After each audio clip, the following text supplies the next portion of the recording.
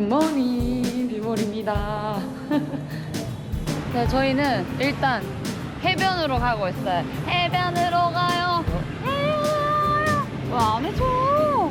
와, 이제 날씨가 점점 좋았던 거에서 좀 더워지기 시작을 했어요. 어우, 뜨거워. 우리 해변가로 가가지고 바다도 한번 보고 재밌는 얘기를 한번 해보자고요. 차가 많이 없네요.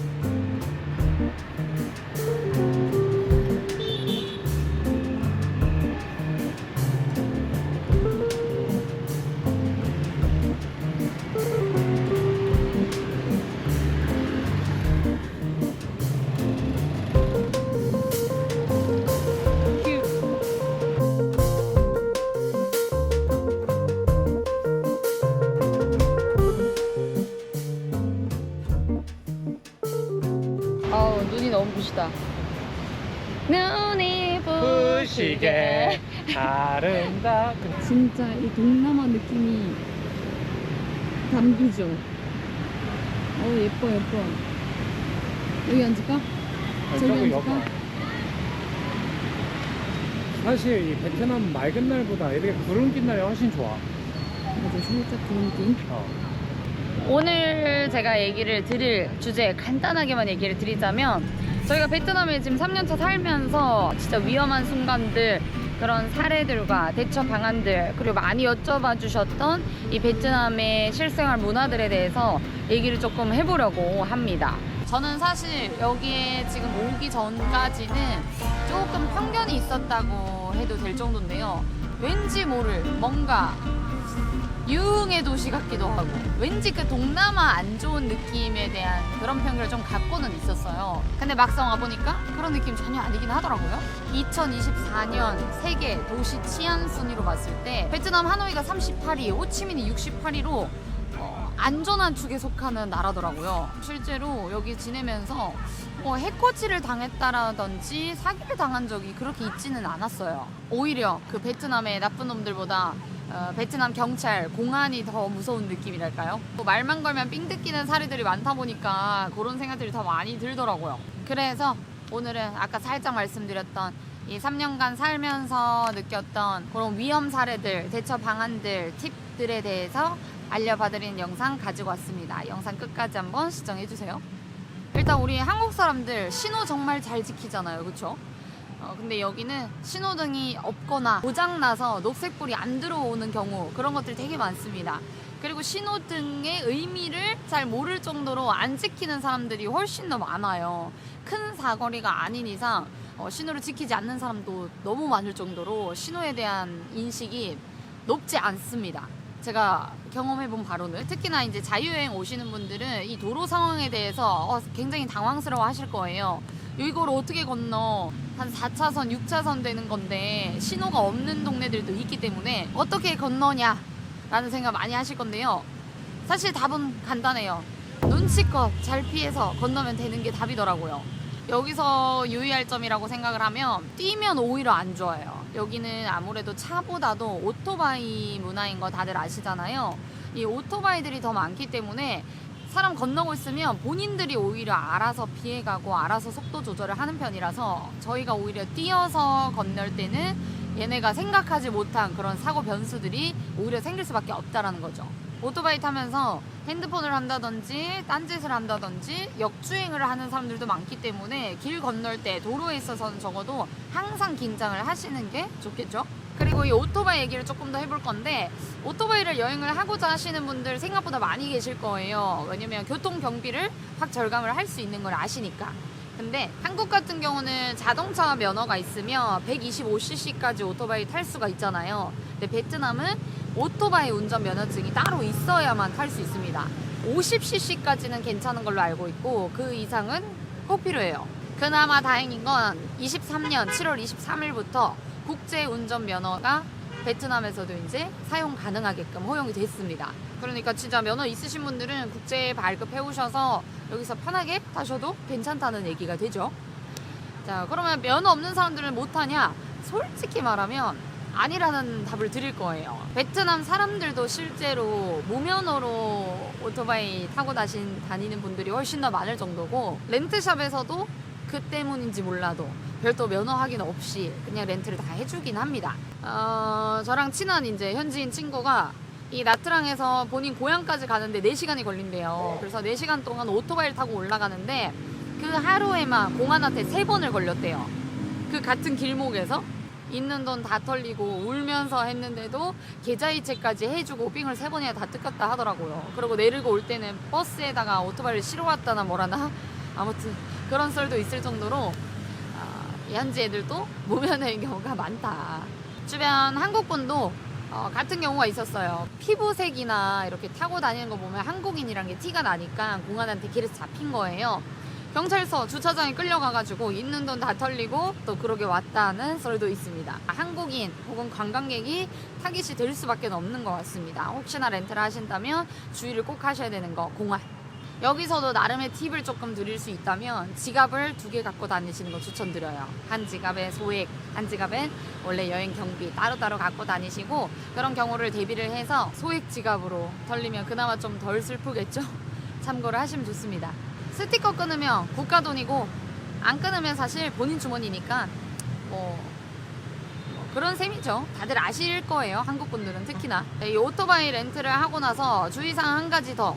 주차입니다. 저희 이전 영상들에서도 얘기를 몇 번 드렸던 것 같은데, 저희도 렌트를 해서 집 앞에 주차장에 세워놨는데 다음날 가보니까 이제 알리바바 당하고 없더라고요. 경찰서에 신고하고 확인한다 뭐 이런 거 다 했는데 다 필요 없고 결국엔 해결 안 됐어요. 그냥 렌트샵에 돈 물어주고 끝난 에피소드도 있죠. 그 뒤로는 저희도 한동안 오토바이 렌트를 못 하겠더라고요. 다음 이야기는 식당으로 옮겨서 얘기를 좀 드려야 될 것 같아요. 바람이 더 많이 불기 시작하는 것 같아요. 오늘 비 올려나? 먹구름에 좀 바람도 심상치 않긴 하다. 날씨 한번 찍어보세요. 그렇게 말고 그냥 여기랑 여기랑. 도로 건너기, 오토바이, 그리고 세 번째는 그랩에 대한 이야기를 좀 풀 거예요. 택시 얘기를 조금 해볼 건데, 사실 처음 여행을 시작할 때 제일 먼저 이용하는 이동수단이 택시 아닌가 싶거든요. 그 사기 관련 사례와 팁을 한번 풀어볼 겁니다. 만약에 그냥 세워져 있는 택시를 잡으신다라고 하면 꼭 그랩에서 찍은 금액이랑 비교를 한번 하셔야 될 것 같아요. 얘기를 하셔야지 덤탱이를 좀 안 맞겠죠. 그리고 미터기로 택시를 탈 경우에도 바가지 당할 확률이 굉장히 많습니다. 특히나 그 차에 있는 미터기 말고 핸드폰 미터기를 쓰는 경우가 있어요. 99% 평소보다 요금이 더 많이 나와요. 물론 정상적으로 하시는 분들도 계시겠지만 그분들한테는 죄송하지만 확률상으로 너무 좋지 않은 선택 방법이다라는 걸 얘기를 좀 드리고 싶고요. 공항에 내리자마자 흥정하는 택시 이용은 무조건 비싸요. 일단은 관광객이고 외국인이고 뭐 모른다라고 생각을 하기 때문에 무조건 비싼 거 맞아요. 흥정 부분 무조건 생각을 한번 해주시면 좋겠고, 제일 많이 제가 얘기를 들어봤던 택시 사기 사례가 뭐냐면 그랩을 부르고 난 기다리고 있었어요. 근데 어떤 기사님이 와서 그랩 불렀냐? 근데 본인이다. 그래서 본인 차로 딱 가면 기존의 그 그랩 거 취소하면 된다. 똑같이 내가 안내를 해줄 거고 같은 금액이다 라고 얘기를 하는데, 그것도 사실 좀 야비한 방법이죠. 같은 금액 받는 사람도 있을 건데 거기서 이제 금액을 막 우겨서 더 받아내는 경우도 되게 많고, 뭐 원하지 않는 곳에 데려가는 경우도 있다고 하더라고요. 그런 부분이 진짜 제일 유의를 하셔야 되는 부분은 아닐까 싶어요. 그냥 그랩 찍고 그거 기다렸다가 타는 거 저희는 제일 선호를 합니다. 실제로 저희가 당했던 예로는 저희는 베트남 말을 조금 하잖아요. 그래도 숫자 부분은 다 얘기를 하고 가격이나 이런 부분들 얘기를 다 하고 시작을 하는데, 뭐 흥정을 하다 보니까 10만 3천 동으로 얘기를 하는 거예요. 10만 3천 동 오케이 하고 탔는데 내릴 때는 13만 동으로 우리 얘기했었다 하면서 뭐 이렇게 돈을 더 요구를 하는 경우가 있었어요. 근데 그냥 괜히 기분 나쁘기 싫어서 얼마 차이 안 나니까 그냥 주고 말기는 했으나 그런 경우들도 있었다라는 얘기인 거죠. 기분이 너무 안 좋았어요. 그리고 잔돈을 잘 안 주시는 기사님들도 간혹가다 있는데, 잔돈을 주지 않을 때 팁은 택시에서 안 내리면 되는 거예요. 뻐긴다라고 하죠. 뻐기고 있으면 줘요. 왜 안 내리지? 잔돈 안 줬으니까 안 내리는구나 싶으니까 주는데, 웃긴 분들이 있어요. 8만 동이 나왔어요, 택시비가. 근데 10만 동짜리 줬더니 2만 동을 받아야 되는데 돈을 딱 받고 땡큐 하고 말고 가는 거예요. 그냥 끝. 그런 사람들은 좀 괘씸해서라도 더 잔돈을 받고 싶은 느낌? 진짜 1000동, 2000동도 지갑에서 막 가지 말라고 웨이트 하고 챙겨서 주시는 기사님이 있는 반면에 그런 분들 계시면 오히려 진짜 더 끝까지 받아내고 싶은 그런 감정들이 생기더라고요. 주려고 하는데 진짜 잔돈이 없어요. 그럼 완전 대체 오케이예요. 근데 대놓고 안 주겠다 하는 사람들은 괜히 더 받고 싶고 그런 느낌 아시죠? 차도 앞에 있다 보니까 베트남도 이 빵빵 문화 장난 아니거든요. 카메라에 계속 담길 것 같아서 자리 이동 한번 좀 해야겠어요. 자, 자리를 좀 옮겼어요. 좀 조용해진 것 같은데 여기는 노래가 또 흘러나오는 이번에는 정말 댓글로 문의가 제일 많았던 거 팁 문화에 대해서 얘기를 좀 드릴까 해요. 살짝씩 언급은 다 해드렸었는데 정확하게 한번 정리를 좀 해보자면요. 베트남은 팁이 필수인 나라가 아니에요. 얼마를 줘야 적당할까요? 얼마를 주시나요? 꼭 줘야 하나요? 이런 질문들이 되게 많았거든요. 의무감을 갖고 별로였어도 막 줘야지 이거는 아니지만 만족하셨다면 줄만하다고 생각은 하거든요. 저희 같은 경우는 보통 5만 동 선에서 많아야 10만 동 선에 끝납니다. 3, 4만 동이면 한 끼 식사가 되는 금액이다 보니까 5만 동도 사실 적지 않은 금액이라고 생각을 하거든요. 또 마사지를 받을 때도요, 항상 그렇게 팁을 주는 것도 아니에요. 진짜 만족스러울 때 마사지사들한테 직접적으로 전달을 해주고, 마사지가 사실 호불호가 많이 갈리잖아요. 저희도 만족스럽지 않은 경우들이 있다 보니까 만족스러울 때만 주시면 된다 라는 게 저희의 생각입니다. 사실 다낭여행 갔을 때는 마사지 기본 가격에 팁이 아예 강제 포함인 경우였어가지고 따로 나간 적은 없었던 것 같아요. 그리고 저희는 음식점에서도 간혹가다 주는 경우가 있어요. 예를 들어 해산물 식당 가면 새우 껍질이나 이런 것들 쌓이는 경우가 있잖아요. 와서 조용히 청소해주고 휴지나 이런 걸로 막 다 닦아주고 가는 친구들이 있어요. 그런 부분에서는 고마운 게 있어요. 올 때마다 너무 예쁘다 얘기해주는 그런 친구들한테도 간혹 주기는 합니다. 팁이 기분 따라 좀 달라지기는 해. 그리고 베트남에 놀러 오시면 시클로 인력거가 정말 많이 보이는데요. 야간에도 있고 낮에도 있고 진짜 많이 있어요. 특히나 나트랑이 더 많은 것 같기도 하고, 시클로도 사기가 되게 많다 보니까 주의를 하셔야 되는 부분이 확실히 있어요. 실제로 제 친구도 혼자 여기 나트랑 여행을 놀러 왔었는데 시클로로 이 시티 투어를 해주겠다, 그래서 얼마만 주면 동네를 다 둘러보게 해주겠다라고 해서 시티 투어를 한 바퀴를 했대요. 끝났는데 네가 괜찮았으면 한 번 더 해도 돼 라고 얘기를 해서 다른 방향으로 또 안내를 해줄게 라고 해서 한 번 더 놀았는데 사람도 없고 건물도 없는 그런 데를 데려가가지고 돈 있는 거 다 안 주면 난 너 안 데려다 줄 거다 그런 식으로 얘기를 해서 친구 막 울고 전 재산 한국 돈 30만 원 정도를 다 털렸다고 하더라고요. 나쁜 새끼. 여자 혼자 여행인 그런 것 때문에 위험하다라고 하는구나 생각이 들기도 하더라고요. 그것뿐만 아니고 시클로가 사실 보통 그냥 길에 있는 시클로들은 5만 동? 진짜 많이 해요. 10만 동? 이런 식으로 하는데, 물론 시티 투어를 하는 건 가격이 다르지만 어디에서 어디까지 이동하는 거 5만 동 정도면 보통 충분한 거리로 받아요, 돈을. 근데 내릴 때 되면 50만 동이었다고 막 사기를 치면서 그거 안 주면 어떻게 될 것처럼 관광객이니까 그걸 되게 우습게 보고 사기를 친다고 하더라고요. 실제로 그렇게 뜯긴 사례들도 많이 봤고 인터넷에도 글이 되게 많아요.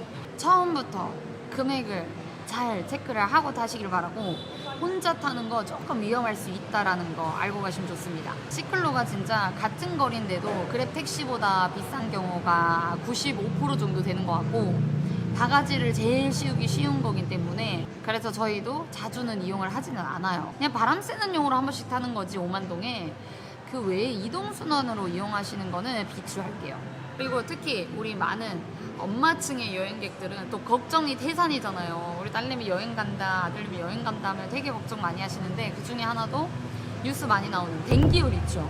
베트남도 종종 유행을 하기는 한다고 해요. 주변 사람들 중에서도 걸린 사람은 있었지만 저희는 아직까지는 없었습니다. 모기 팔찌를 좀 착용을 해서 그런가 모르겠는데, 특히나 나트랑보다도 다낭에 뭐 바구니 배 체험이나 이런 데 숲 쪽으로 들어가면 모기가 정말 많으니까 모기 팔찌 한두 개 정도는 꼭 챙겨 오시는 걸 전 추천을 좀 드릴게요. 제 친구가 태국에 신혼여행 가서 댕기열 걸려서 왔더라고요. 엄청 고생한 걸 제가 봤어요. 대학병원 가가지고 며칠 입원하고 검사도 보통 아니고 엄청 아픈 모습을 제가 실제로 봤었기 때문에 무시할 건 안 되더라고요. 지금 저희가 포피스에 왔는데요. 이 자리가 재미난 자리가 생겼어요. 오픈 키친이거든요. 너무 재밌어요. 보다 보면 시간 가는 줄 모르겠어요. 포피스 반도체 같은 만석 반도체 같은. 원래 여기 자리는 없었는데 생겼나봐. 손이 많으니까. 오늘은 좀 그 위험 사례와 우리가 좀 사기당했던 사례들을 말해서 그런지 모르겠는데 베트남 되게 안 좋아 보이잖아요 지금 갑자기. 뭐 어떻게 여행을 가냐, 이 영상 엄마가 보면 엄마가 극구 반대할 여행지 같지 않아? 그렇다 이렇다 저런 사례들을 많이 본 거지 직접적으로 겪어본 적은 많이는 없어요. 많이는 없는 게 보다 거의 없어요. 실제로는 베트남 사람들은 저는 진짜 너무 착하다고 얘기하거든요. 나쁜 사람 물론 있겠지만 대부분이 너무 다 심성이 좋다라고 생각이 들 정도로 베트남 사람에 대한 인식이 되게 좋습니다. 이제 돈에 대한 이야기도 많이 나오잖아요. 여기 베트남은 현지로 오면 올수록 다낭 쪽은 영어 하시는 분들이 많았는데 나트랑은 특히나 영어 하시는 분들이 많지 않아요. 그래서 특히나 시장 같은 데를 가면 영어로 대화되는 사람이 거의 없거든요. 금액 자체를 베트남어로 얘기하는 분들이 되게 많다 보니까 헷갈리는 경우들이 많죠. 그러면서 돈을 뭐 이렇게 이렇게 보여주고 여기서 뭐 얼마짜리냐 얼만데 하고 가져가라고 막 보여주고 그러잖아요. 보통 여기서도 사실 사기친다면 치거든. 막 가져가는 거죠. 뭐 만동인데 10만 동짜리를 가져간다든지 뭐 그런 식으로 한다는 경우도 있는데 보통 시장에서 언니들 하는 거 보면 딱 그만큼만 가져가요. 2만 동이다. 그럼 2만 동 가져가고 15,000동이다. 15,000동만 가져가고 다 그렇게 해주기 때문에 저는 그렇게 돈 사기 사례는 많지는 않다라고 얘기를 좀 하고 싶거든요. 내가 보기에는 밤시장 그리고 야시장 이런 데는 가능성이 있어요. 그 사람들. 근데 우리가 가는 쏨무이 시장 이런 데는 그 언니들은 그런 거 없는 저 모르겠어요. 저희가 베트남어를 어느 조금은 해서 그런지 모르겠는데 저희가 막 베트남어를 유창하게 하는 것도 아니단 말이죠. 근데 확실히 담시장, 야시장에서는 훨씬 더 유의를 하시면 좋겠고 재래시장, 스모이 시장 쪽에서는 그런 일이 한 번도 없었습니다. 그래서 길에서 물건이나 과일 사거나 할 때 진짜 생각보다 너무 저렴한 가격으로 나와 있기 때문에 50만 동짜리를 보여주지 마시고 10만 동 밑으로 해서 잔돈쯤을 다 보여주시고 계산을 먼저 하시는 게 제일 좋습니다. 만약에 진짜 모른다라고 하시면요. 길거리 가게에서 뭐 가격을 깎아달라고 흥정을 할 때도 계산기를 쓰는 게 제일 좋아요. 그냥 눈으로 보면서 하는 게 제일 낫고 입으로 했을 때는 여기에 표현식이 뒤에 000을 뺍니다. 1000단위를 빼요. 그러면 50만 동이면 우리는 50이라고 생각을 하는데 베트남에서는 50만 동이면 03개 빼면 500인 거예요. 500 얘기가 나오죠. 충분히 헷갈릴만 하죠. 뭐 음식점 같은 데는 계산서를 아예 달라고 하면 되기 때문에 그대로 계산을 하시면 되는데 바깥에서는 계산기 이용을 같이 하시는 게 조금 더 쉬울 수 있다. 소매치기 문의도 사실 굉장히 많았어요. 베트남 소매치기 조심해야 될까요? 소매치기가 많지 않나요? 라고 얘기를 하시는데 여기 생활을 하면서 딱 한 번밖에 못 봤어요. 주변 지인분들 중에. 너무 무방비 상태가 아니라면 솔직히 좀 괜찮은 것 같은데 해외 나가서 무방비 상태로 계시는 분들이 사실 그렇게 많은 것 같지도 않긴 하고 그냥 길거리에서 일어나는 거는 사실 흔치 않은 것 같고요. 한식당, 뭐 비싼 음식점 앞에서 우리가 계산하고 나오면 뭐 지갑을 챙기면서 좀 정리하는 경우들이 있잖아요. 외국인은 특히나 돈을 많이 갖고 있다라는 생각을 얘네가 하기 때문에 주요 타겟이 될 수밖에 없습니다. 제가 들었던 소매치기 얘기는 딱 그거였어요. 식당에서 나와서 가방 메고 계셨는데 그 가방을 낚아채면서 같이 넘어진 거예요. 뭐 돈도 돈이고 가방도 가방인데 많이 다치셔서 그게 더 마음이 아프긴 하더라고요. 저도 이제 그 이후로 무섭더라고요. 가방을 남편이 들어주기 시작했어요. 자, 그리고 다음은 100번을 강조해도 또 강조하고 싶은 얼음 얘기예요. 제가 베트남에 초창기 왔을 때 과일 주스, 얼음 갈아서 스무디 하잖아요. 그리고 뭐 맥주잔에 얼음을 9공탄 얼음 같은 걸 넣어줘요. 그런 식으로 해서 엄청 많이 먹었는데 한 일주일 동안 와 엄청 고생을 했었어요. 물갈이로. 제가 장이 예민한 것도 없지 않아 있긴 한데 다른 분들도 다 똑같이 그랬다고 하더라고요. 2주 이상 여행을 하시는 분들 얼음 때문에 고생했다 안 본 사람이 없습니다. 이게 얼음을 한국처럼 매장에서 뭐 제빙기로 해서 만드는 그런 구조가 아니고 외부 공장에서 떼우는 경우가 많고 그 얼음을 컵에도 넣었다가 뭐 아이스 버킷용으로도 썼다가 아무튼 위생상으로 뭐 몸이 안 좋아질 수밖에 없는 그런 얼음을 사용을 하기 때문에 유의를 하시라고 말씀을 드리고 싶은 거예요. 그리고 맥주에 얼음 넣어 먹으면 좀 싱겁잖아요. 전 그것도 별로라 아이스 버킷 만들어 달라고 합니다. 맥주 우리가 몇 캔 먹을지 모르지만 뭐 둘이서 간다 뭐 한 6캔 시키고 아이스 버킷 넣어 놓는 거예요. 6개 시킨 값으로 안 칩니다. 나중에 나갈 때 먹은 캔수 계산을 하기 때문에 그 부분은 큰 걱정 안 하시고 아이스 버킷 시키셔도 괜찮겠죠. 진짜 이 정도로 준비를 하고 베트남 오신다면 아무 걱정하지 않으셔도 되지 않을까 싶을 정도로 얘기를 다 드려봤어요. 물론 제가 놓친 어떤 그런 사례들도 있기야 하겠지만 전 이 정도면 충분하다라고 생각을 듭니다. 그래도 혹시 모르게 발생할 수 있는 위험을 대비해서 좀 비상 연락처는 한번 알려봐 드릴 건데요. 경찰서 113, 소방서 114, 응급병원 115번입니다. 한국하고 너무 달라, 헷갈려. 자, 24시간 운영되는 그 베트남 영사관 연락처는 써놓을게요. 이런 번호를 쓸 일 없는 게 가장 좋긴 하겠지만요. 위급 상황 시 대처할 수 있는 거 저장해 놓으시면 더 좋긴 하겠죠. 뭐 나트랑 유튜버니까 병원 하나 알려봐 드리자면 빈맥병원이 제일 큰 병원이에요. 혹시나 참고하시면 좋겠습니다. 즐거운 여행만 되시길 바라고요. 여기까지 오늘 이야기 끝을 내도록 할게요. 도움되셨다면 아시죠? 구독, 좋아요, 알림 설정, 댓글 감사합니다. 안녕. 자, 피자가 나왔어요. 오늘은 하프앤하프로 시켰어요. 짠!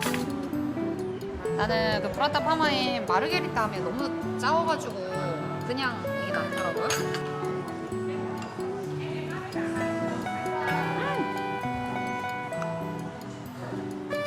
너무 맛있어. 진짜로 너무 맛있어. 진짜 유독 이 피자를 좋아하더라고. 내가 깡파투리는 꿀에 꼭 찍어 드세요. 맛은 있는데 양이 엄청 많은 피자가 아니야. 그냥 1인 1판도 가능해. 신피자 1인 1판 하시죠?